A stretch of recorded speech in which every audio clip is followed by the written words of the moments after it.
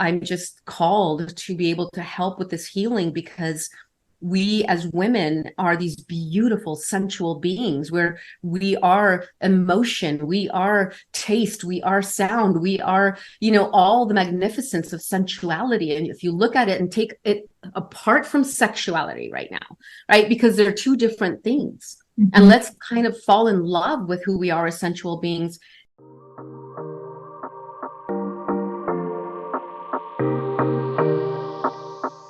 I'm Rachel, and you're listening to the Owning Your Sexual Self podcast.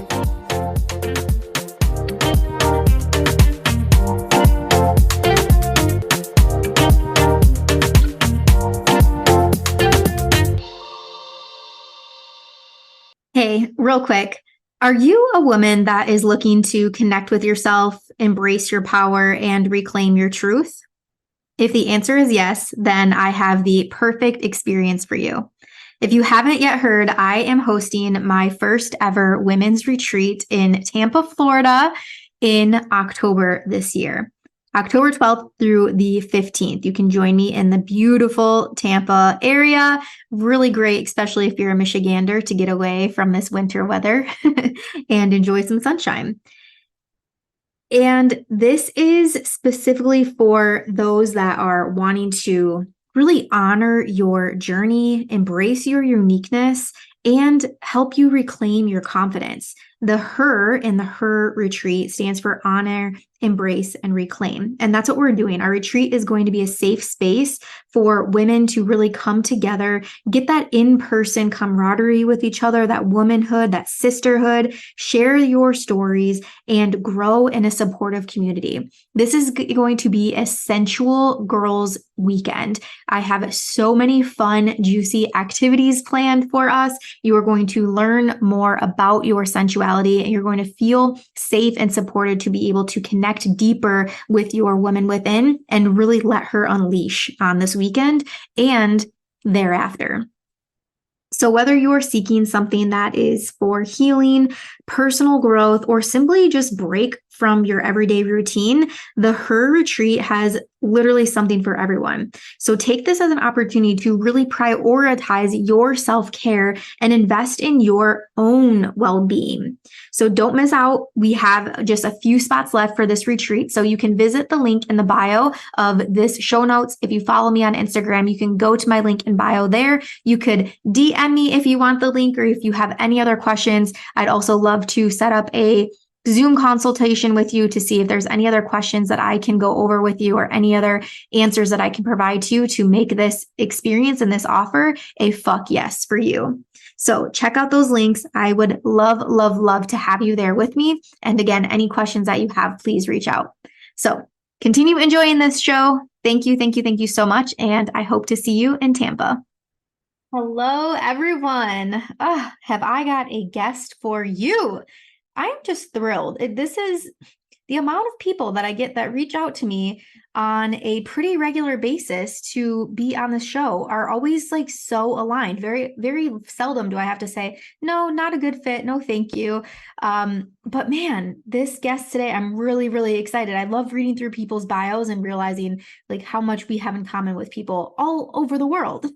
So let me tell you about our guest today, Jessie Torres. Jessie is and I'm reading from her bio, so apologize if I'm looking down if you're watching this on YouTube. Jessie is a certified master peak performance and transformation coach with additional master certifications in meditation, heart math trainer, Reiki practitioner, Anthony Robbins coach training, sales mastery coach, and domestic violence counselor. Oh my gosh. She has coached thousands of high performance people from all walks of life and various parts of the world that have achieved success and the highest level of fulfillment. Jessie is founder of Fierce Grace Transformation, a course and coaching program that helps high-performing entrepreneurs and leaders move from burnout and high stress to achieve passion, purpose, and impact while growing their businesses and maximizing their results in the areas of their world. They make not only their life extraordinary, but they also have a passion and conviction to love it forward and create an impact in the world. Oh my God, I love that. Love it forward. How cute. She is driven to discover the truth of the client's deepest potential and unlock the limitless opportunities that leave others in the dark ages, bringing all levels of mindset, energy, spirituality, and strategy with an authentic client-driven approach. Jessie's journey was one filled with child abuse, the loss of her two brothers to murder, 29 years apart, and a marriage that left her, as she describes, completely apathetic, emotionless, and spiritually dead. This left her living a life filled with fear, limitation, and the darkness of shame every single day. She turned her suffering and pain into purpose and passion, and now she helps men and women all over the world transform their narrative from victim to victor and find the courage to take the small steps they need to peel back the layers of fear to realize their full potential and live the big life of their dreams. Oh gosh, what a powerful, powerful bio this woman has. With this as her driving force, she now lives a committed life of passion and purpose and will do all she can to create the biggest impact in turning trauma to triumph and shifting humanity forever. I hope y'all are excited as I am for Jessie to come on this podcast. I'm really excited to hear her story, dive into this, and really we're focusing on the importance of the connection we have with ourselves and our sensuality and how to break down shame revolving around what it means if we are sensual with ourselves. So, okay, buckle up, y'all. Without further ado, let's jump into this interview. Hello, Jessie. Thank you so much again for coming on to the show today. Absolutely. Thank you for having me. Excited to be here. Yes, and I saw you're in Mountain Time, but I didn't even ask where is it that you're talking from? Yes, I'm in Idaho, actually. Okay. Not too far from me then, and over here in Michigan. It's really beautiful. Idaho, not Iowa. So I'm on the West Coast. Oh my gosh. Look, should I even edit that part out? My God. It's so funny. I was just on a girls' weekend this weekend and I was looking up, my husband is in Alabama right now, and I was looking up a map of the United States. You know, you learn this stuff like so early in age. So why do I even remember these things? But I know. literally the map is fresh in my mind and I still got this wrong. So That's too funny. You're not the first person that said that. That's why I'm like, it's not Iowa. Just yeah. I said, I was like, wait, how is she in Mountain Time? No, we're here. It's fine. It's a Monday, y'all. We're It recording. is. So please It forgive is. me and my blondness this morning. I love it. Well, yes, Jessie, I just going over your bio, just want to commend you for everything that you've done, that you've conquered already in your life. I know we're going to get into it here. So I'm saying this really from a blind perspective, right? I have very little information about you so far, but just amazing. And it's always just so refreshing coming across other entrepreneurs and women and coaches that do this type of work, because it is so needed. You know, women, people in general all across the world. I think when people are doing personal development work, a lot of times this is the piece that's missing, right? The sensual piece, the sexual piece, like this is the path that so many people don't go down, or maybe don't even know to go down, right? Right. So thank you for being here. And again, thanks for everything that you do. Thank you. Appreciate it. Thank you for you too. I appreciate you inviting me to speak to your audience. I know it's a big deal. Yes. So tell us a little bit about you, your whatever parts of your story you want to share. We're here for it. We'd love to hear about it. But yeah, who is Jessie Torres? Well, that's a great question. You know, I think my children call me the chain breaker. So when we talk about who is Jessie Torres, and I can put a lot of different things under that, but they call me the chain breaker because they believe that I'm here to actually break the chain of my family lineage and some of the things that have come down and trickled through, not only to me, but to my brothers as well. And to just put it in a nutshell, and before I dive in, I want to just let everyone know that when I tell my story, it's from a place of gratitude, empowerment. It's not to vilify anybody. I'm at peace and I'm in forgiveness and nothing but gratitude for both my father and my ex-husband. And so this is more a story about that other side, right, of what happened. Because there is one and there can be a great one. And so that's my invitation to everyone when you hear this. And I'm just going to put it in a brief nutshell. My parents immigrated here from Peru. My father was married and had two kids. My mom didn't know. They fell madly in love. She was dating him. He was 10 years older. And when she found out, she left Peru to come here to America to leave him. He ended up telling his wife, I'm done, told his 5-year-old, you're the man of the house, and left, and followed my mom to America, told her that he had gotten divorced, but never really did, married her in the States, and had my brother, had me. And it was funny because I was just talking to my mom about this just a couple of weeks ago. It was an interesting dynamic. So they were madly in love. And when my little brother was born, he was my mom's adoration, because he was the very first child she'd ever had. Now, my dad already had 2. And so what ended up happening was this weird jealousy, right? That would come up with the amount of attention my mom gave my brother. And so he would tell her, like, let him cry and leave him alone and blah, blah, blah. And then I came into the picture 15 months later, and my dad consumed me. So there was this weird incestual thing going on. And I was telling my mom, because there's been a lot of tragedy since then. I've lost both my brothers to murder, 29 years apart, 2 totally different stories. And it's me and my mom now. And we were having this conversation, and she's like, I want to get rid of this wedge between us.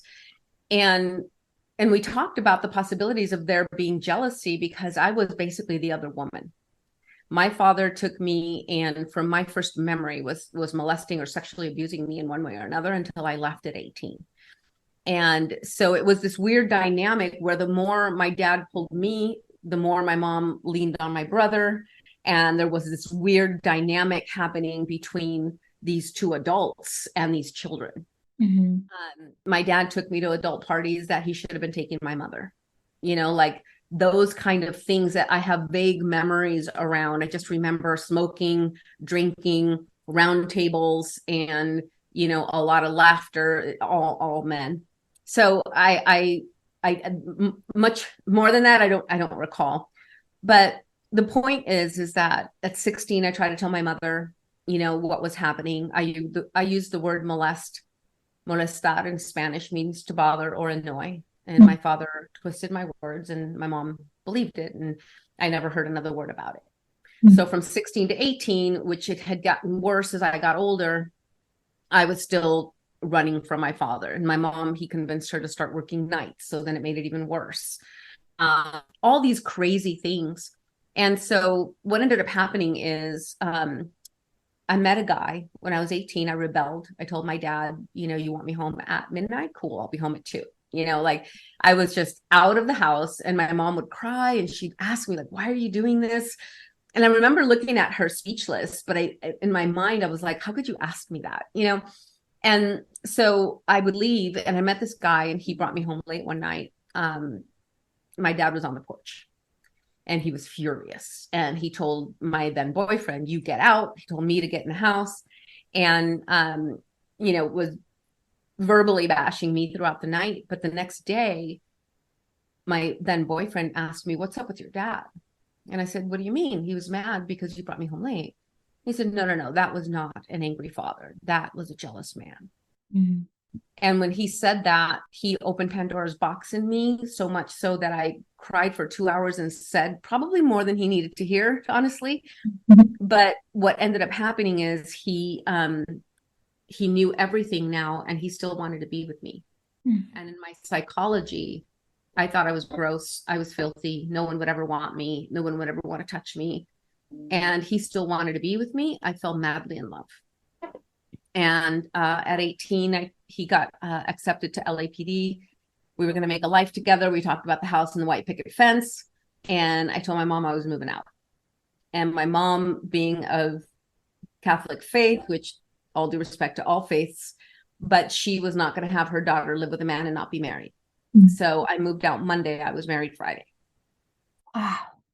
And then that became an 18 and a half year span. So that was my first 18 years. The next 18 years was in this marriage where we didn't know. We were young. I was 18. He was 21.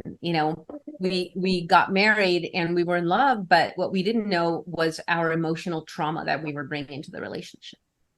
He was raised by a very brutal alcoholic mother. He would come home. He was the youngest of four. He had three sisters. He would come home to finding them unconscious on the floor. Like, this is how bad it was. She would sleep with their boyfriends. I mean, it was just a very, very difficult upbringing. And when we got together, he said, my kids will never see me drunk. I said, my kids will never be molested. And we thought we fixed it. Mm-hmm. And, but the emotional trauma that we brought, my dad, when he didn't get his way with me, he didn't punish me. He punished my brother and my mom. So as a child, I took that as my responsibility.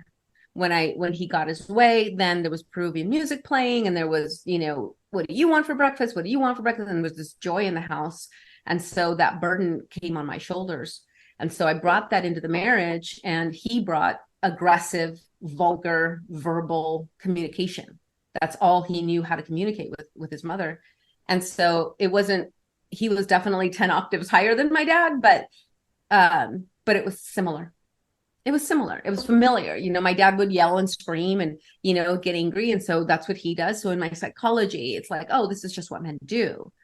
Now, my ex turned it up 10 notches, but it got to the point where 18 years later, I was just apathetic. I was praying someone would blow the red light so I could be done, because I didn't see any other way out. Mm-hmm. The only reason I didn't take my life is because of my children. I didn't want to do that to them, but I was praying that something would happen so that I could be complete. And what ended up shifting for me was an act of kindness. A course I took where people, it's kind of a story for another day, but I didn't understand, because my dad had told me that don't trust anybody. They all want to get into your pants. They might slip something in your drink, right? Projection. And my ex told me, Jessie, people subconsciously want to break up a good marriage. So don't talk about our marriage to anybody. Right. So I was looking through the lenses of, everyone's out to get me kind of thing. And if I made eye contact or laughed or smiled at somebody, then I was called all kind of obscenities. And, so I thought my body, my image was dangerous. It got me in trouble, because in my marriage, I had to be the trophy wife, but then I would get attention, and then he would get in fights.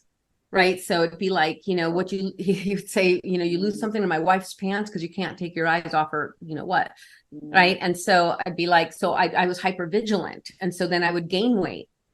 And then my then husband would say, you're going to eat that, babe? You put on a few pounds, so then I would lose weight. Then I get attention. Then I get in trouble. Then I gain weight, So it was this vicious cycle of literally not loving my body, hating what I looked like, wanting to run into a train head first, because then I could wreck this thing that gets me in trouble all the time. And in a subconscious way, I know now after much healing, is I had a subconscious belief that something about me attracted my father wrong. It was my fault. There was something in me. And now I'm getting in trouble, and being called, a slut and a whore and all these horrible things.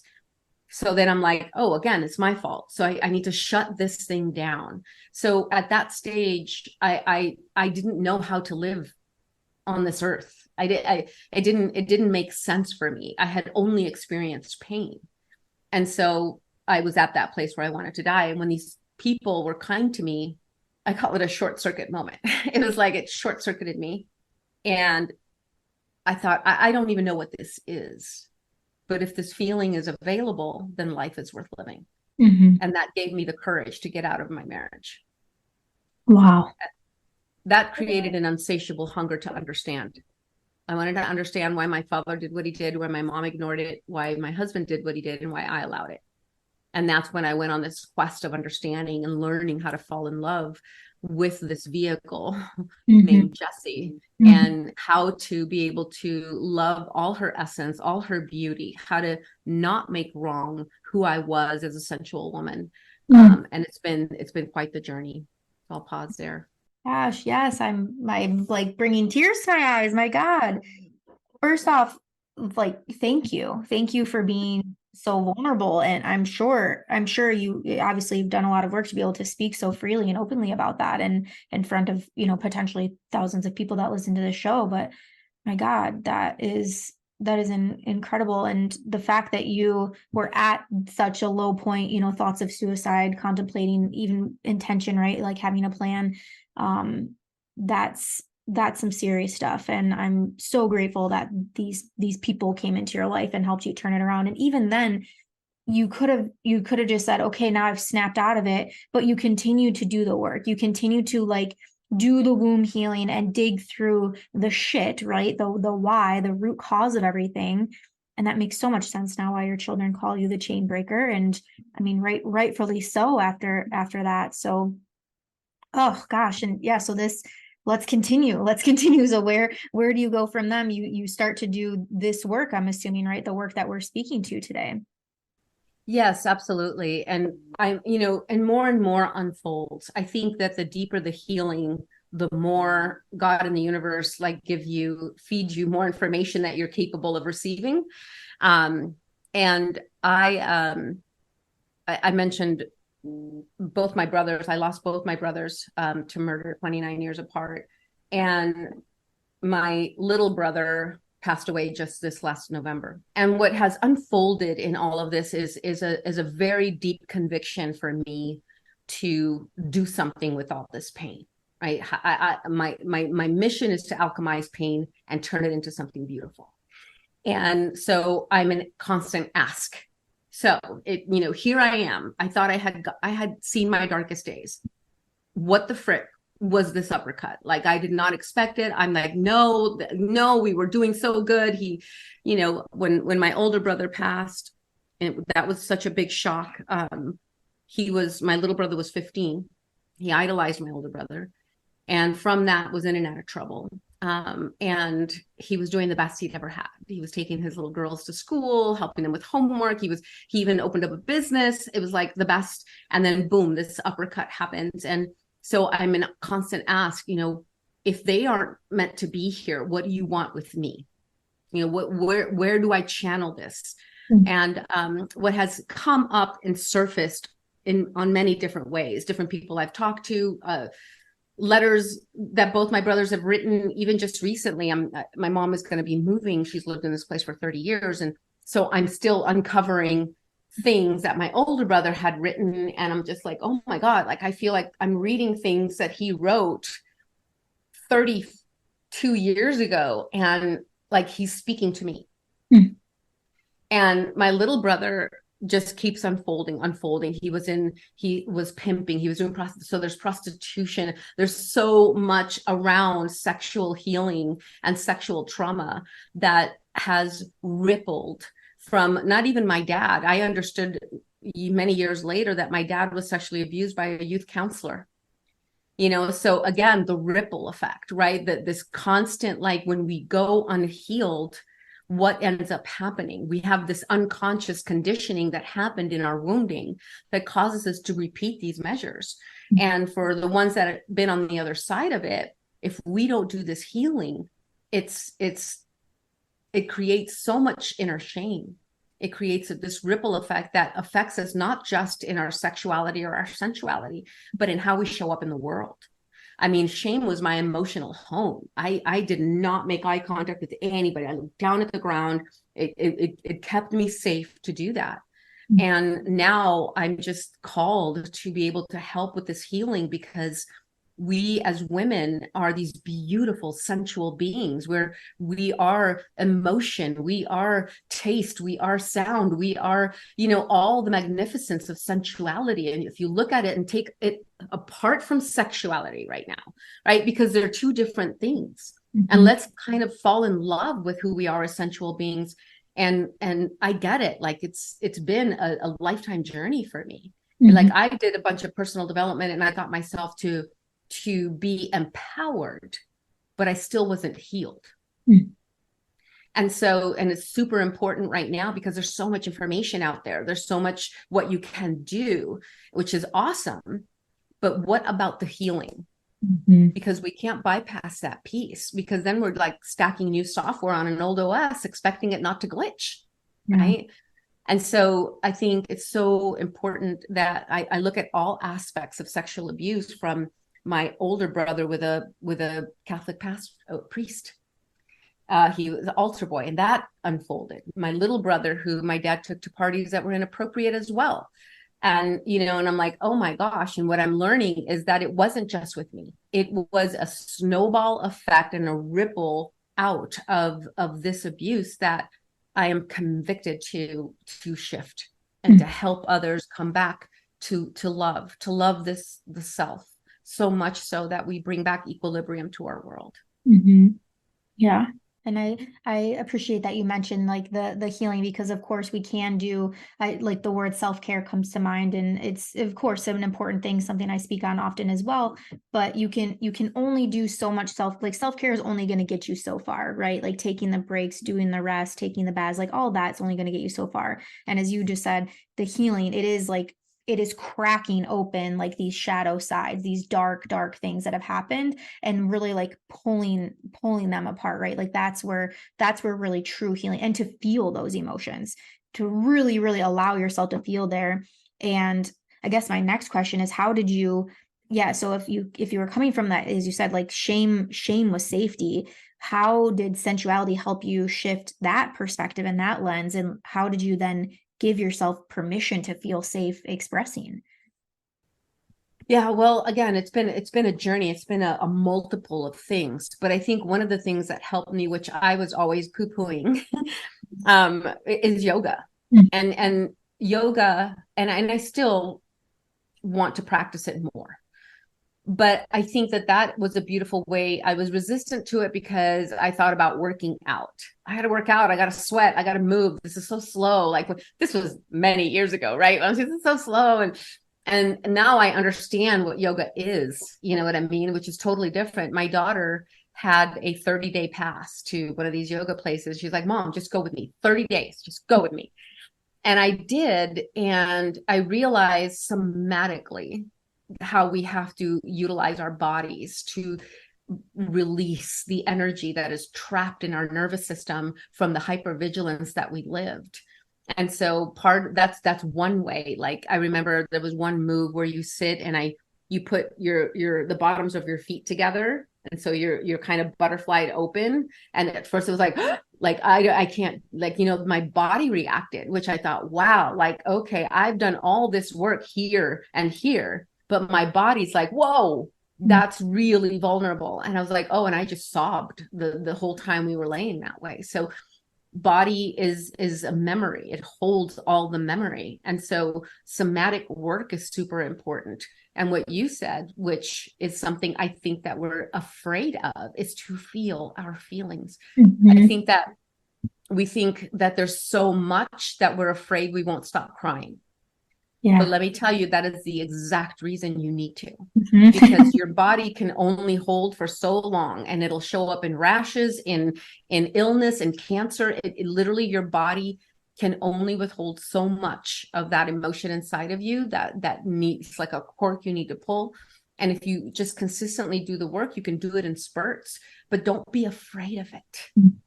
Right. And I think that I look at society right now and I think about COVID, and I think, it isn't COVID. COVID was a vehicle to wake up the pain body that we haven't healed. It's like it sparked people that were spiritual or in this, kind of community saying, if you don't think like me, you're uneducated and mentally ill. And I was like, wait, like what happened? How is that spiritual?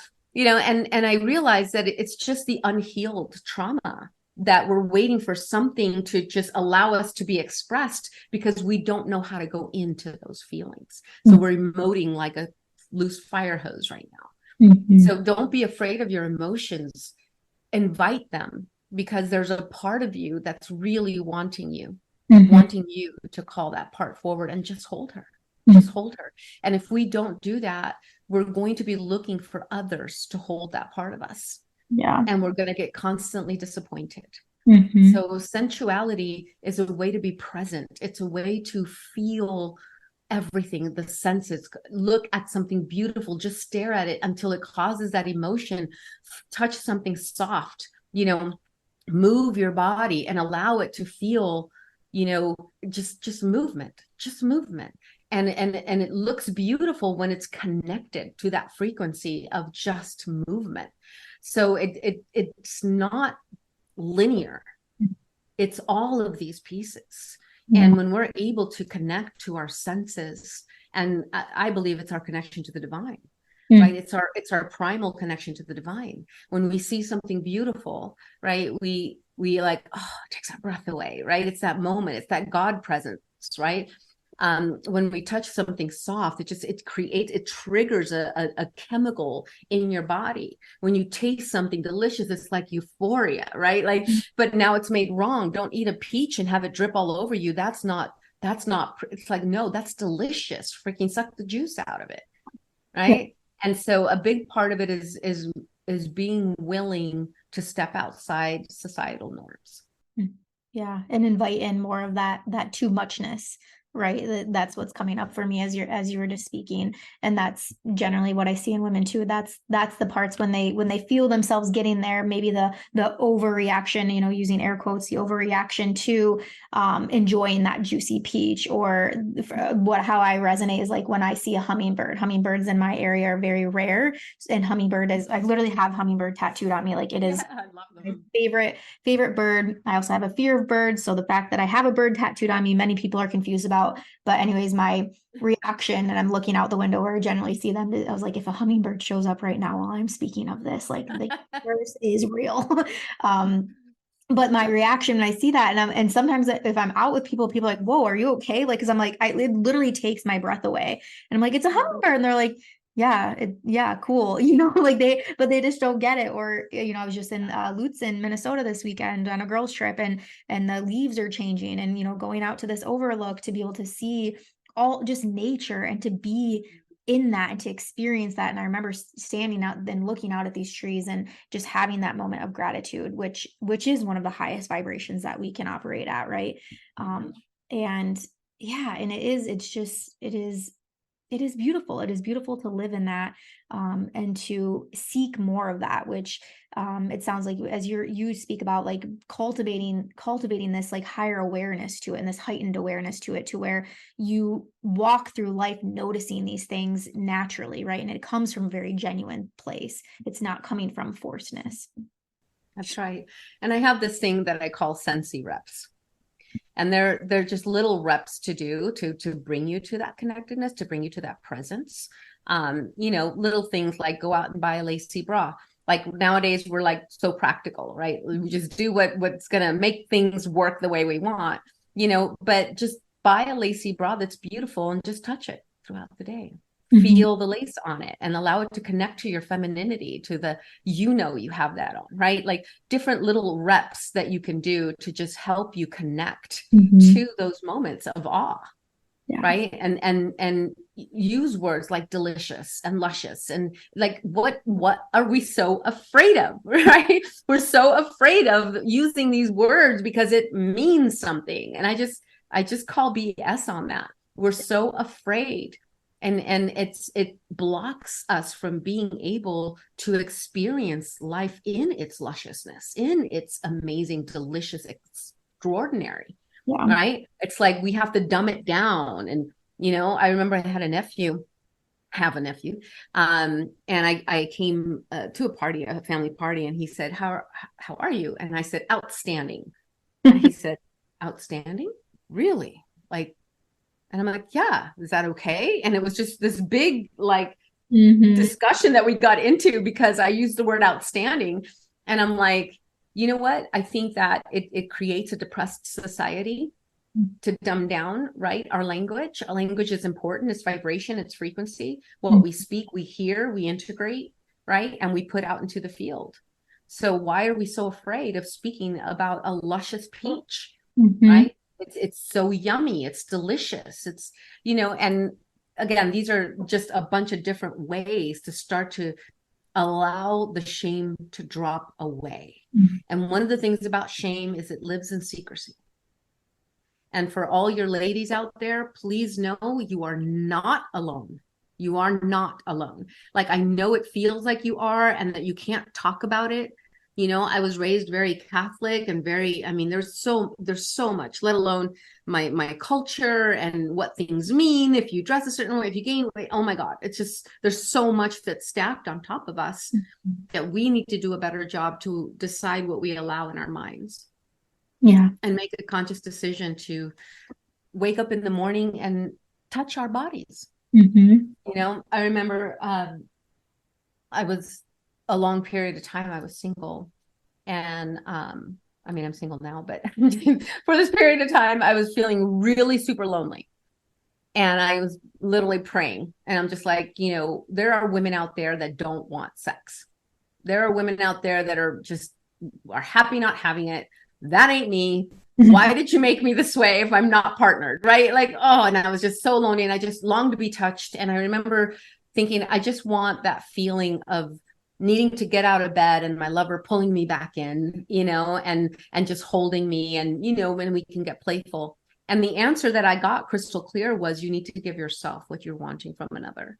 And so I started to make a practice of waking up in the morning and touching my hips and just feeling my body, feeling my belly, my womb, and giving thanks to her, and allowing myself to give me what it was I was seeking.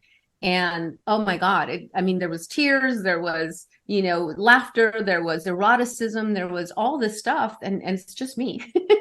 You know what I mean? But it created a beautiful communication between my body and me.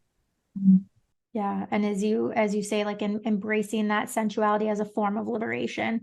And it sounds like over time and the work never stops, right? These are continuous practices that we do.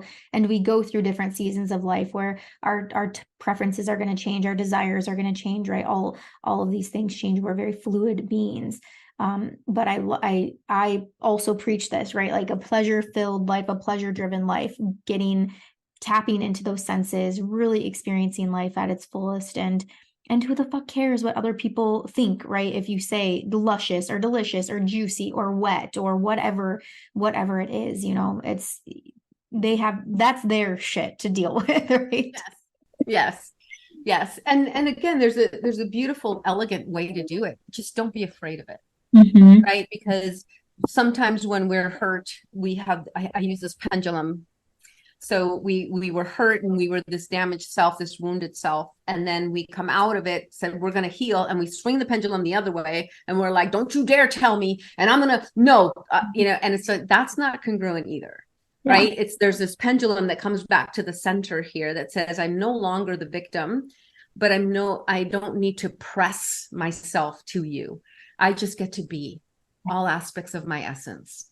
And then you get to handle whatever you need to handle. I love you, but I don't take the gift you're giving me. You go ahead and keep that. Right. And then this beautiful place here. And once you are able to really connect to the sensual self, the beautiful feminine in you, sexuality now becomes a whole different ballgame. That's why I always start with sensuality, because it's different. They're always looped together. And why? Because when you're very sensual, sex becomes very sensual too. So it's quite beautiful, right? It's not wham, bam, thank you, ma'am. It's a sensual experience. It's an exchange of energy. It's a moments of like presence that almost stop time, And so there's this magnificence that happens when you're able to connect there. Yeah, the flow. That's how it's like you get into the flow, and you're both feeling it, and then it's this energetic connection and back and forth, and you're not wondering or worrying about what you look like, or if this thing that you're doing is weird, or worrying about asking for what you want in the moment. It's like stop in time is perfectly I'm like well, it's almost like there's nothing there except the two of you. That's it. Like there's no walls, there's no room, it's just like the world has fallen away, and all you're in is and what happens is, what's beautiful, it comes out of the sensual part, and it becomes an energetic exchange that is so profound that now you're in this bubble of just like almost a uniting of the helix, like the strand, right? You're becoming one in it all. And it's like, all of a sudden you're just like, gosh, I feel like I'm in you and and you're in me. And I don't mean in our genitals. I mean in our energy, in our touch, in our breath. Yeah. And there's a magnificence there. And ladies, like we deserve that, right? We deserve that. We deserve to be cherished that way, but we can't be cherished that way if we don't cherish ourselves first. Oh, so well said. And yeah, and it's sad thinking of that, how many women will never get that experience, right? Either because they don't want that experience, they don't know that this even exists, right? They're maybe fearful of going that and allowing that vulnerability to seep in and be cracked open. But gosh, yeah, it's hard work, and it is, and you're going to come up against those challenges, right? Especially if you're new to experiencing sensuality with yourself. And I think, yeah, you and I are great examples. I know I've shared my stories plenty on here for the last 3 years, but it's so amazing to have other women coming on to share their stories about how sensuality and sexuality have just opened up this whole new way of life, really. Yeah. So tell us, as we're getting to the end here, tell us a little bit about, I know you have an offer for us, but any programs, or if anybody was wanting to coach with you or work with you, how would they find you, and what are some of the things that you offer? Sure. I have a multiple things, but right now, Sensual Alchemy is a beautiful online course that, and it's not just the online course, it's also the event at the end where we just come together and we get to experience everything we've learned. And you said something, you said, it's hard. And here's the thing, ladies, we got to get comfortable with the uncomfortable. We just do. What's that saying? If you do what you've always done, you're going to get what you've always gotten. So you've got to be willing to be uncomfortable and trust that what's on the other side is so much greater than the discomfort of today. So much greater. Right. So I have Sensual Alchemy. It's a way to connect. We go through the phases. We give you things to do throughout the course. And unshakeablelife.com is my website. That is geared more toward healing trauma, which they kind of coincide, because typically there is some sort of trauma that's causing us to not be free flowing with our sensuality and our sexuality. So it guides around trauma. I do a lot of trauma work as well. Again, having had this history, I just been through like so much investigation. I'm always learning, always learning. I love learning. And I don't believe we ever stop. If we're not growing, we're dying, right? And so, yeah, so Sensual Alchemy, I have Fierce Grace, which is more specific to trauma. And then I'm about ready to launch something I'm super excited about, which is Army of Angels. And it is a philanthropic focused mastermind. And that came a lot out of the loss of my little brother, just really wanting to make a difference in these places where this stuff is rampant, getting prostitutes off the streets. Like, again, a lot of those women have sexual trauma. There's just fatherless children. There's just a lot of different things that I want to put my focus on. And I'm like, I need an army. So let's put this together. So I'm super excited about that as well. And if you want information on that, it's ourarmyofangels.com. And I also have a 10-step guide for you, for your audience, which, it's a simple guide. And what I want to say about that is that I know that whatever you're going through right now, it feels like there might not be a way out, or that nobody understands. And I want you to know that there are people that care, and there are people that are willing to listen. And you just need to know that you're valuable enough to be heard. And you're valuable enough to be cared for, and that you matter. Yes. So these steps will at least guide you to take those first steps, even if it seems impossible. Everything starts with the belief first. You have to believe. And the only reason I tell my story is because my outcome is for you to be witness to what can happen and where you can get to on the other side. Yeah. It can happen for me. It could happen for you. I have goosebumps, Jessie. My gosh. Yeah. Yes. And this has just been such an enlightening conversation. I just feel like I can go fuck some shit up right now. I just feel very, very empowered, and I want to touch myself, and I want to put on my lucky bra, and just lots of emotions happening over here. So thank you. Oh my God. I love that. There's the true feminine. That's so beautiful, right? Yes. All of it. My That's husband has awesome. been gone for work for the last 10 days, so I'm really craving the touch and yeah, the all the things. So I'm sure that's part of it. But thank you again so much for coming on the show and again sharing your story, being so vulnerable, inspiring in so many ways through your story. This was really, really a joy to have you on today. Thank you so much. I really appreciate it. And thank you for allowing me to speak to your beautiful audience. Yes, absolutely. Oh, and quickly, are you on social media at all if people wanted to find you there? Oh, yes. On Instagram, it's Jessie Torres Official. And where else am I? um, I'm on all the things. I'm on TikTok, Jessie Torres Official as well, Mhm. and Facebook, Jessie Torres Fierce Grace Transformation. Perfect. Yes, and it's Jessie for those that are listening and not seeing this visually. So awesome. Well, thank you again so much. And I look forward to following you and definitely getting your freebie for myself too. Awesome. Awesome. Well, thank you so much, Rachel. Really appreciate you. Thank you so much for listening to today's show. If you loved it, be sure to subscribe so that you never miss an episode. And if you really fucking loved it, make sure to tag me on social media at @TheRachelMain. I'll see you next week.